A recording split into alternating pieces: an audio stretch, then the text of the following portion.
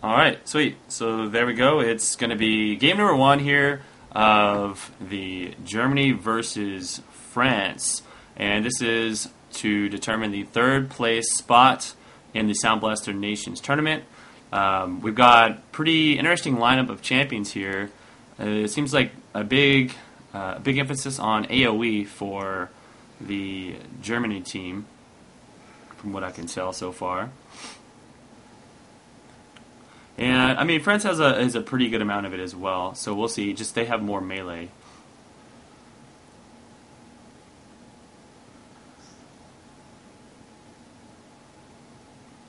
Now, unfortunately, we don't have the observer mode on here right now. Today, the test round 2 is down, so we are having to restream from Candy Panda's viewpoint. And actually, there we go.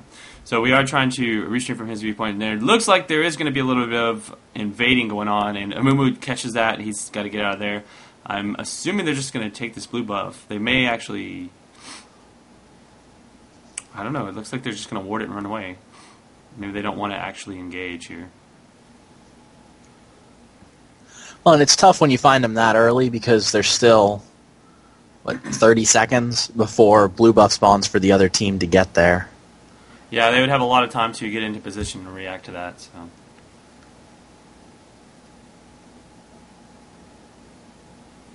This actually feels like a stronger way to start anyways. Whenever you put all 5 there at the blue to steal that, you lose a lot of time getting back to your lanes, and you could potentially get your own blue buff stolen anyways. So this is cool that they did do they put a little bit of a trap there so she can potentially see Mumu if he walks back in and touches that. And then they're going to take these small golems, giving them a quick level 2 advantage. I think that's one of the good things about being on blue team is not only does your jungler have the option of going up and ganking top early on at level 2, but you give the bottom lane, they can take those small golems and then level up quicker. So I feel like blue team always has a significant advantage when played in that style early on. Yeah, and a little bit tougher to gank at level 2 on some of the bruisers, but still, it's just not a choice that purple team even has. Yes. So we've got the standard Caitlyn Taric lane here. This is a very strong lane. I mean, it's the tried and true setup, stun into a Caitlyn trap with big damage, and it's hard to deal with. We'll see how Ashe can handle it. She's going to probably be okay as long as they keep it warded up. We'll see if his support decides to lay down a ward. I'm sure Sona has a couple of wards ready to go, but there it is right there, just that stun into the Q and an auto attack. She's already half HP, and she's going to have to play extremely passive just to handle that. And that's the strength of this bottom lane is that there's not a lot you can do about it. And now Caitlyn's going to be able to easily zone out this Ashe because she's so low right now.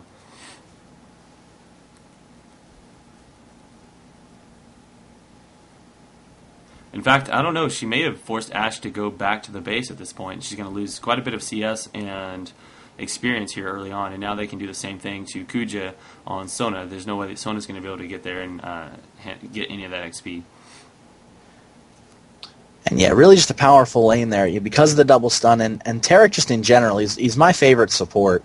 And it's just because with Dazzle, if he's in the brush, you're zoned pretty hard. You can't step into range of Dazzle. Oh no, this could be really bad for Kuja. He actually got trapped and stunned, having a flash out, and now Candy Panda goes for the first blood, and probably going to call out worth it in chat there, even though he died too. He gets the extra 100 gold, and Ashe was able to get back in time to pick it up. So, I mean, I guess it's good for both champions. Just a little tiny bit of extra gold for Candy Panda here. And the thing is, since Ashe has already been sent back, it shouldn't create a huge experience or level gap. No, and I don't think that Caitlyn's going to lose a lot of creeps here, whereas Ashe did lose quite a few, I believe, there at the beginning. She's not going to be too far behind, though. I mean, some of the early game stuff can be evened out as they gain levels and start to catch up later on. As you can see, it's actually in Ashe's favor right now. She's level 4 from that, whereas Candy Panda is still level 3, so it's not too bad.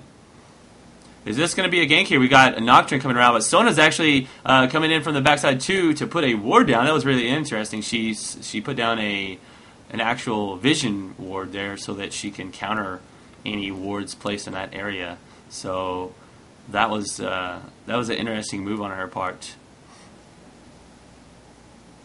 If she had not actually came that way, there might have been a early gank from that Nocturne. He could have probably pulled that off as well. Alright, the stream froze for me. I don't know. Did stream freeze for you? Nope, still going okay here. I just turned black. Let me try and refresh it.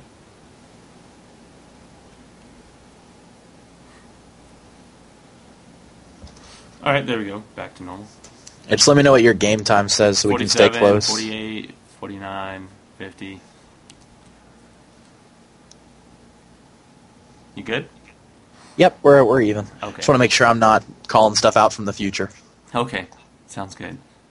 Let's see here. Candy Panda actually was able to pick up 2 Doran's Blades and boots as well as a ward, so she's going to be able to stick around in the lane for quite a while now, and we'll see how this is able to be handled. She didn't put a trap there, but she's able to do quite a lot of damage there with that stun into a Q from Candy Panda. Now they're just going to be zoning him out constantly here. Kuja's really low, going to have to get out of there, and that Q does pick up the kill onto Kuja. Wow, so close.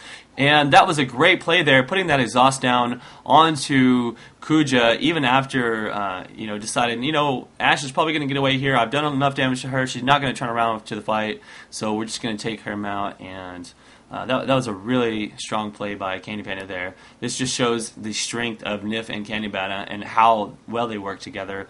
And in addition to just how strong the Caitlyn Tarek comp is in the first place. And she just continues to harass. Now, Ash has no support to help her out. And Candy Panda can be as aggressive as he possibly wants because there's no way that Ash can out damage or out sustain, especially with the Tarek there to stun.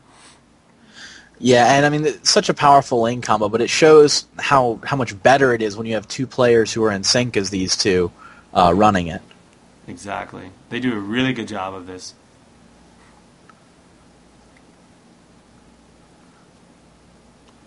And she's hit in every single Q I see her place out is just very precise, landing onto Ash or onto Kuja playing Sona. It's pretty much every time. It's a great job. Oh, see, once again, boom.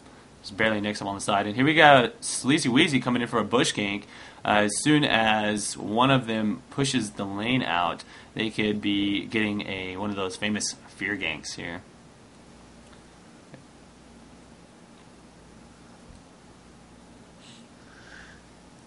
Yeah, he's not level 6, so he's not going to be able to do the big jump onto somebody. He's just going to have to wait for them to walk into the bush. And actually, he just got CV'd, so now it looks like he could potentially go back and just jump back into the jungle. And it's rough to spend that long waiting in the brush just to get CV'd. Yeah, exactly. But it's smart. I mean, if I were in the same place that they were here on the top lane, I would say that's the way to go. And there we go. Looks like Nif knows that he's going to get ganked here. Tries to flash out of it. Ash arrow still lands, so he may have done a little bit prematurely. He should have waited for that arrow to go down before he flashes. But anyways, that's going to be 2 kills. And Ash does not get away. Sorry. And it's possible Candy Panda. I did not think Candy Panda was going to make it out alive there, but I guess since Ash decided to run away instead of continue attacking, that cost her a life. And now, potentially, Nocturne could... No, never mind. I can't see there, so I wasn't sure how low that Kuja was, but he was going for that kill, and it was pretty close. Yeah, he got close, and if Candy Panda had the mana for an ultimate, it really could have turned that around. He actually... Did he use his ulti? Or did he just... No, he didn't have enough mana. Okay. Oh, yeah, you're right. So I wasn't sure because Ash looked like she was really far away. I guess that he attacked her and then maybe she flashed or something. I don't know how she was way far away whenever I saw that. So yeah, I think it was use of flash and the 40 caliber net. Oh, that makes sense. Okay. All right, so let's see. We've got pretty strong Caitlyn here now, picking up a BF sword, another sight ward to help out. And I think Candy Panda is going to be a very big problem for these guys going on in the game with that amount of kills and farms. She's got way more farm than most of the other champions. Let's see. Gameplay up top, obviously, pretty much free farming against this Jax. haven't really seen much of that lane since all the focus has been down here on bottom. However, I imagine that even the middle lane, for example, is going to be fairly free farm mode with now having an Anivia at level 6. She just AoEs down the creep waves and throws out her Q to kill the back wave, etc.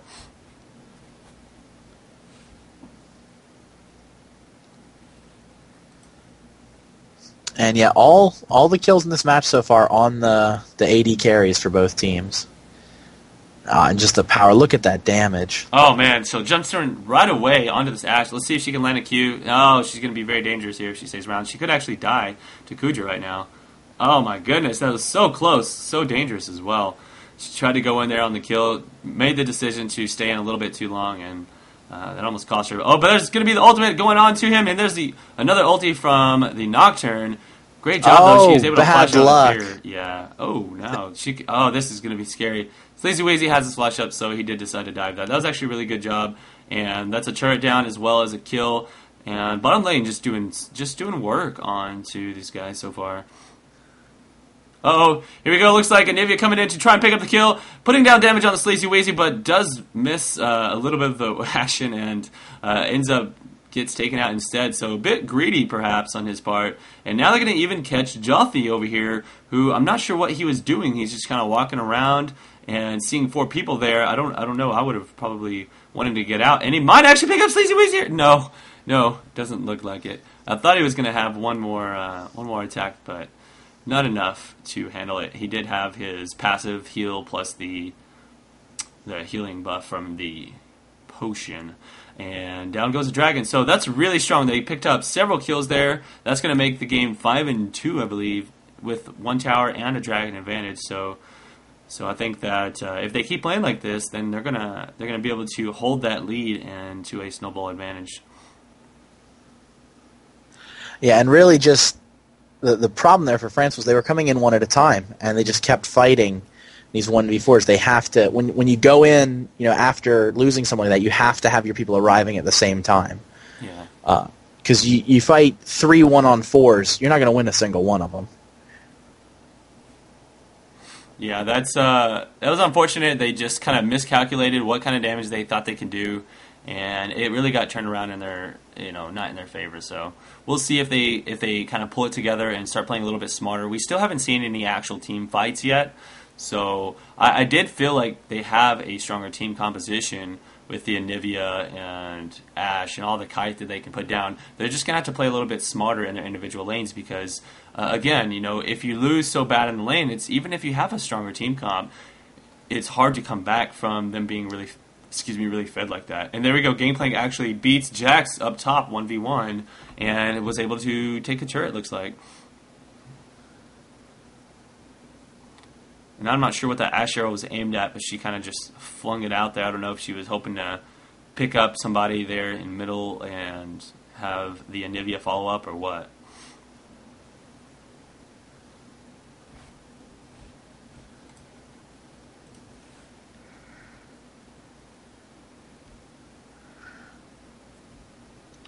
And yeah, the damage we're seeing right now, though, from Candy Panda is just ridiculous. And that's the problem. I mean, there is a great AoE team comp on France, but if Germany's able to burst and take 2 or 3 of them out right at the beginning of a fight, it won't matter.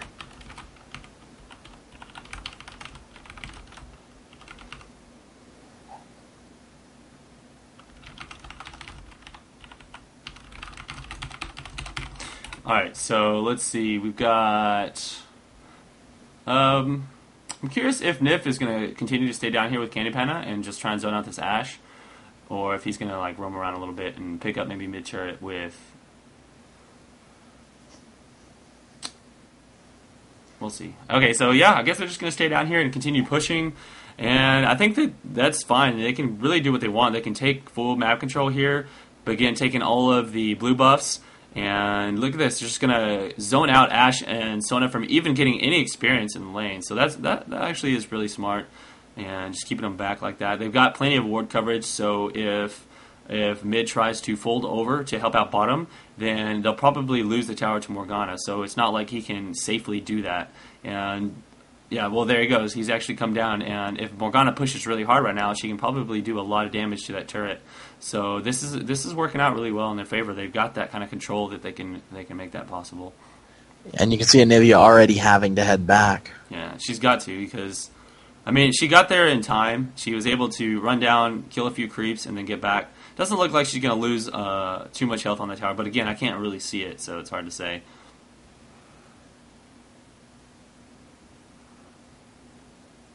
Oh, Ash Arrow just barely misses. I don't think he needed that flash, but he played it smart there using it anyways. I probably would have done the same thing. Looked like it was just going to barely nick past him and not actually hit that hit area. I think Candy Pan is standing up against this wall. He wants to try and go for this Ash kill and then jump over the wall. It's going to be really close, and Ash actually just can't handle him. Candy Pan is so strong right now. He's got even a little bit of lifesteal. He picked up his little lifesteal. I don't know if he's going to turn that into a Bloodthirster or if he's going to do the build that I've been seeing people do lately where instead of turning into a Bloodthirster, they go for the Infinity Edge and just pick up the Vamp Scepter for the lifesteal. And that's something I've just been seeing recently. I don't know if that's maybe I'm behind the times or what, but literally just until the last couple games that I've casted, I have not seen that happen. I don't know if it's like a new EU thing. On their yeah, I mean, it's not a bad idea. It's not like the Vamp Scepter is an expensive item. No, and it's what, like, I think 12% lifesteal? Yeah, and so, while you're building Infinity Edge, you're still able to have that lifesteal. It's a little extra sustain. We saw what it did for Candy Panda there. Yeah, and so he's got that on top of the Doran's Blaze lifesteal. It's enough to keep yourself sustained in the lane. It's not like having, obviously, a Wriggles, but it kind of is close enough. As long as... Okay, so he actually did go for the Bloodthirster. He's going to go straight for the Bloodthirster, big lifesteal, and, as long as he doesn't die, he can build up and get that extra 40 damage from it. So...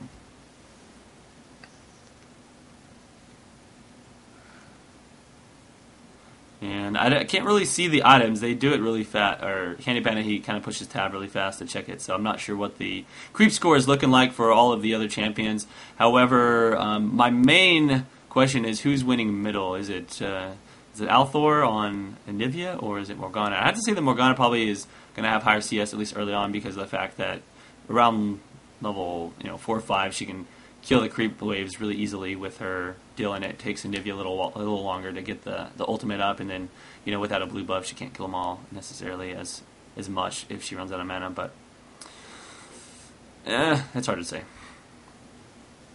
On Kuja going down. Yeah, there. Kuja looks like the Nocturne actually did a bush gank there and kept him down. Althor can't even help out right now. He's kind of low mana. And he's going to have to be careful. SleazyWeezy does kind of get caught a little bit, but he flashes over the Anivia wall, saving him. And let's see if there's going to be an engage from this Amumu. SleazyWeezy decides to go in and kind of suicides. I don't know if that was a smart idea on his part or not. But Josh the now picking up 2 kills, one onto Tarek and onto SleazyWeezy there, so that's going to be pretty strong for him. And I think that Candy Panda is in a situation where he's going to have to do or die. He does get that Ash, and he probably will go down now to the... actually Jothi picks up the kill. I suppose that Anivia didn't look like he had enough mana to shoot out anything, so he just kind of let Jothi take that one.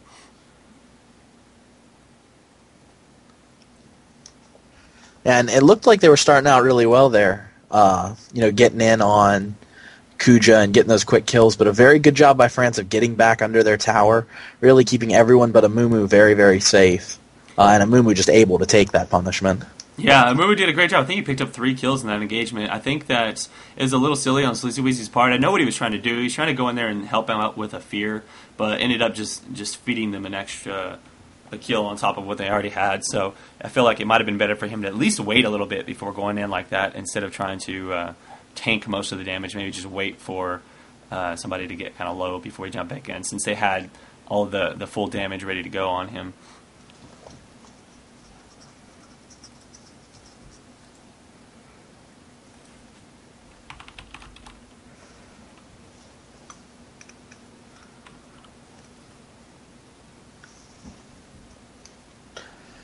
And picking up a dragon here. I think that they've been able to get every dragon so far. We picked up, let's see, that's the second dragon that they picked up. So That's pretty quick. I mean, 19 minutes, already got 2 dragons. They're going to have the timer on the next one. And that's a lot of global gold as well. I obviously can't see it, but I think that's it's going to add up to quite a bit. Now, 2 towers down and 2 dragons. They're ahead on creep score. They're ahead on kills. It's a pretty big disadvantage for France right now. Germany's playing extremely well. I was expecting Germany to be really strong for this, and we'll see if France can kind of hang in there and come back this game or not. Right now, though, I do have to say that Germany's in a really strong position to just hang in there and win this as they continue pushing these towers down. It's going to probably just continue to snowball out of their reach or out of their grasp. Oh man, that was a nice ulti, but they just couldn't follow up on it. Doesn't look like anyone really took a lot of damage. Amumu now getting stuck in a bad spot. He's going to go down as well. That's 2 kills so far, and Candy Panda's able to get out of there. He's nice black shield saving him. I don't think this stun would have hit him anyways, but that's oh wow, Nif almost goes down there and losing in Oracles, but he does flash out and he makes it to. He was able to escape, but down goes. Oh no, that's not good. Jax is coming here doing lots of work. If Jax gets to late game, and I'm pretty sure he's farming up well, he's going to be a pretty big problem for them. Down goes Morgana as well. Everybody's really low. They're going to have to get the heck out of there. And Nivea is egged, but she will live through that. And now they're going to take that mid tower. And this is great. That's what I'm talking about. Once they get into that team fight, I feel like, oh wow, Jax actually flashing past, picking up a kill, 1-for-1 onto Candy Panda. That was a nasty move there. Oh man, good stuff. So, I mean, it was a 1-for-1 trade, but they did pick up a tower as well. So, very good engagement. I think this is where, again, like I was saying, France, I feel, does have the stronger team comp going on here. And if they can do some more fights like, if they can do some more fights like that, then they're going to probably have a really good chance of winning this because they've got Jax for late game. They've got Anivia, who only gets stronger late game. Obviously, Ash arrows can just completely change a game. If an Ash arrow catches somebody, then that's gonna turn the tide really well. So I don't know. We'll see how it goes as the game goes on. Yeah, especially because Germany is running a lot of characters that kind of plateau in that mid game to late game. They don't gain nearly as much as France is going to gain, especially like you said with Jackson and Anivia. Yeah, that's unfortunate that they lost that fight there. That was something that France really needed. They're not that far behind. If they are able to pick up another tower, then they're only going to be behind those 2 dragons. And again, I think that just the team comp might go ahead and win it for them if they play extremely well.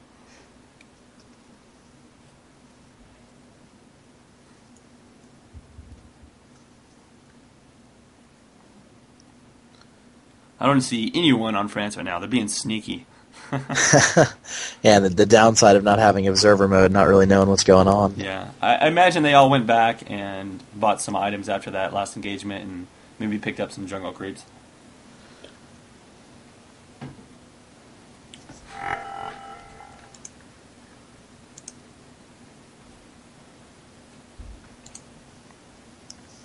Well, the lucky thing I would say is that Nif did not lose his oracles in that engagement. If he did, that would have actually been pretty bad.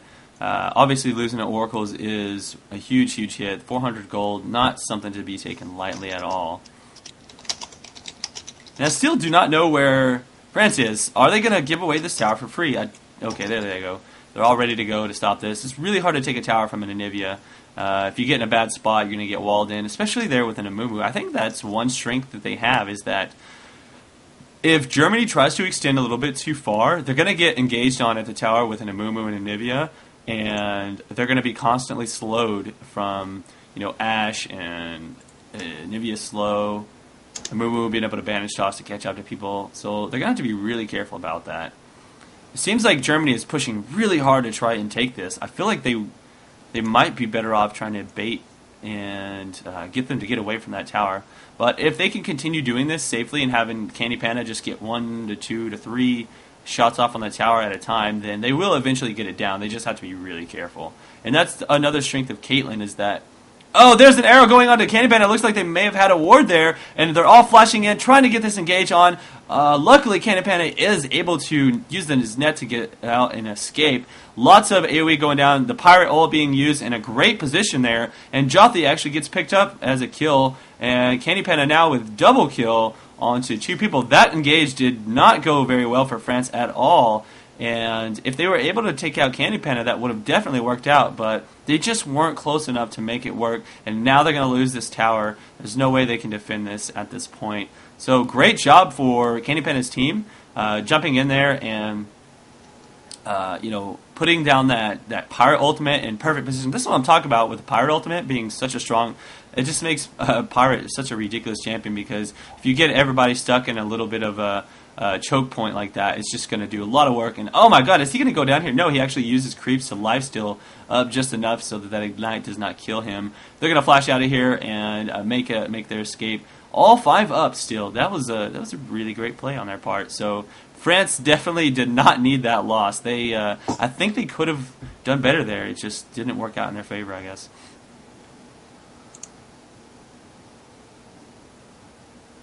I could see Quicksilver Sash being a really strong item here for Candy Panda if he decides to build that up. And it looks like he might be going for it. I see he's got the Negatron Cloak, so I have a feeling that's what he's going to be picking up next. Oh, wow, what a nice counter Baron. So it looks like France decided that, hey, these guys are all low. They're going to have to go back to the base. Let's pick up this Baron. And actually, it's going to be turning into a Baron bait. Picking up a kill and a Nif there. Nif goes down. Only person low here is the Jax. Will Jax die? No! Jax actually stays alive. And even Ash gets away with just hardly any HP at all. Although they did take out Althor, and I think that... oh no, Jotham has his flash up. That was a very close escape for his part. Oh, wow, look at this ulti. Is he going to get the kill? Yes! He does get the kill. Candy Panda just getting into range of Skyheart and having that vision from his friendly creeps. And they may actually turn this around. I think they will get this Baron. No, not a good engage at all. France doing a desperate Baron attempt, and that just turned out to be really bad for them. Man, it just seems like all these engagements are going to go in France's favor, and then something goes wrong, and they just mess it up. That is too bad. Oh, yeah, Jotham's sitting here. He's trying to get this. Is he going to get jumped over on? Actually, he does decide to engage. That was really silly on his part. So now Jotham is going to go. I think this is pretty much game over for France, and we'll be seeing a game number 2 very soon. That's really hard to come back from. And yeah, just a great idea there by France, realizing that Germany had to all be fairly low and going for the Baron. But they did not do a good job at transitioning into the fight. At least after killing the first player from Germany, they didn't follow it up particularly well. They got spread out. They let Germany get onto Ashe and some of the squishier characters. Exactly. So looks like Candy Panda trying to decide what he wants to do here. He actually did not go. He was about to buy Quicksilver, and then he almost bought a Banshees, and then he said, "Oh, what the heck? I'm going to go Phantom Dancer," and then go for the reduced. He got the tenacity item, so he can have more crit. So just a stronger overall damage, and I think he realizes that he's been able to live through most of this damage so far that has been put onto him. So he doesn't need as much survivability as he just wants to take out the enemy champions with as much damage as possible. Exactly, and yeah, sometimes it's not worth finishing a defensive item if you're not having any survivability problems yet. Sometimes it's worth going into more damage a little earlier. Yeah, exactly. That's a very good point to make. I mean, you have to kind of judge that based on the team. Are you getting focused a lot, and are you is the enemy team's CC a huge problem for you? If it's not, which in this case it really isn't, Candy Panda is able to stay so far back that he doesn't really have to rely on that. And the screen goes back for me. Let me refresh again.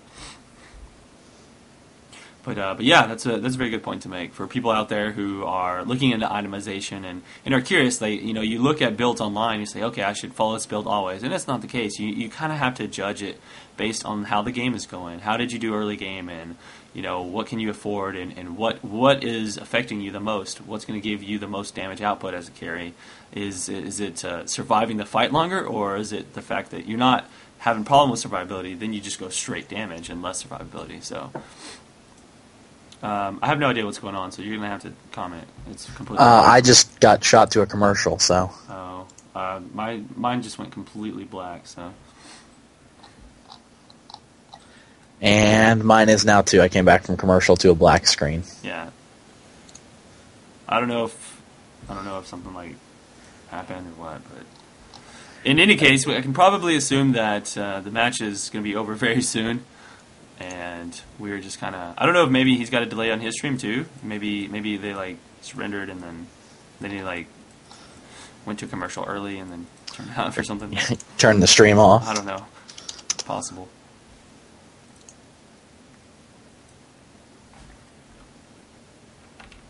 But yeah, something I think we can say to all, something that I think separates the better players from some of the lower yellow people like me, is the ability to build on the fly, to kind of quickly adjust to the game situation. Because a lot of times, and I know when I started playing this game, I read guides and just followed exactly what they said to do, build order, runes, masteries. These guys are able to adapt very quickly, and even in designing their character builds, really just go with what works for them.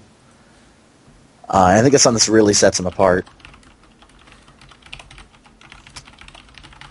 That's very true. So I'm curious how they're going to handle game number 2 now. We're going to see maybe a... I really don't... I'm curious why we don't see more Caitlyn bans, because Caitlyn seems to be really strong, especially in the hands of someone like Candy Panda, obviously, in a lot of these games. I mean, they've been banning out a lot. Usually, you just see like some junglers and AP carry bans. You don't see a lot of the bottom lane carries. Like I've seen some Kog'Maw bans because people are like, oh yeah, Kog'Maw's so strong, but you don't really see Caitlyn bans that much. Like I would think, well, yeah, obviously Kog'Maw's strong, but I don't think he's stronger than Caitlyn in the lane. So.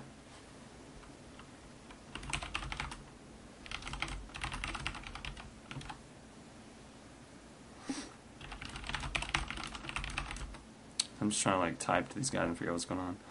Okay, it looks like Candy Panda crashed. I just jumped on Nif's stream. Oh, okay. I can check. And as soon as I jumped on, the first thing I saw was Candy Panda disconnecting. And his stream is back up with him reconnecting, so it looks like he lagged out. Oh, okay. That makes sense. So we should do that in a second. Let me... Yeah, it looks like they pushed he's in. Back. I just refreshed it, and he's good. Yeah, it's like towers and inhibitors, mid and bottom. Nice. So mid and bottom inhibitors, of course, pretty much what I was expecting. Just the flow of the game going that way. Yeah, and it looks like they lost 3 people in the base, so France kind of was able to beat them back, but when you lose 2 inhibitors, you really are pretty stuck. With that many super minions coming in, it's hard to push out of your base after that.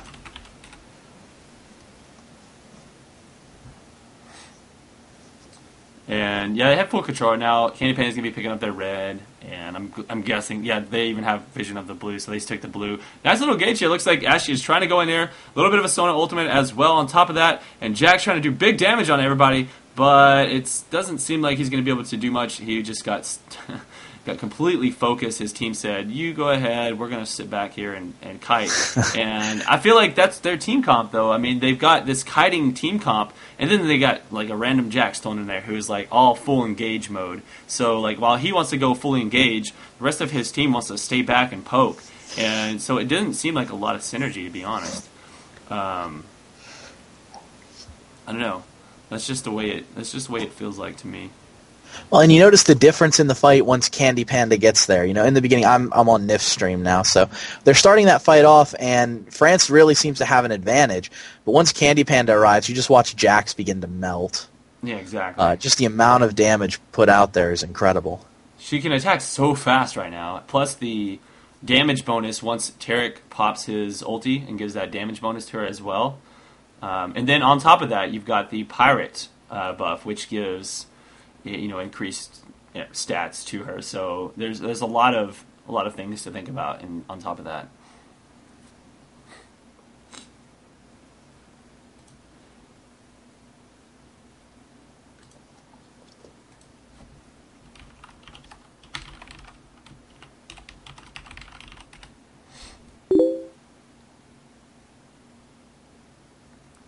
All right, so I wish the stream was a little bit higher quality. It looks like it's probably got a low bitrate connection here or something like that.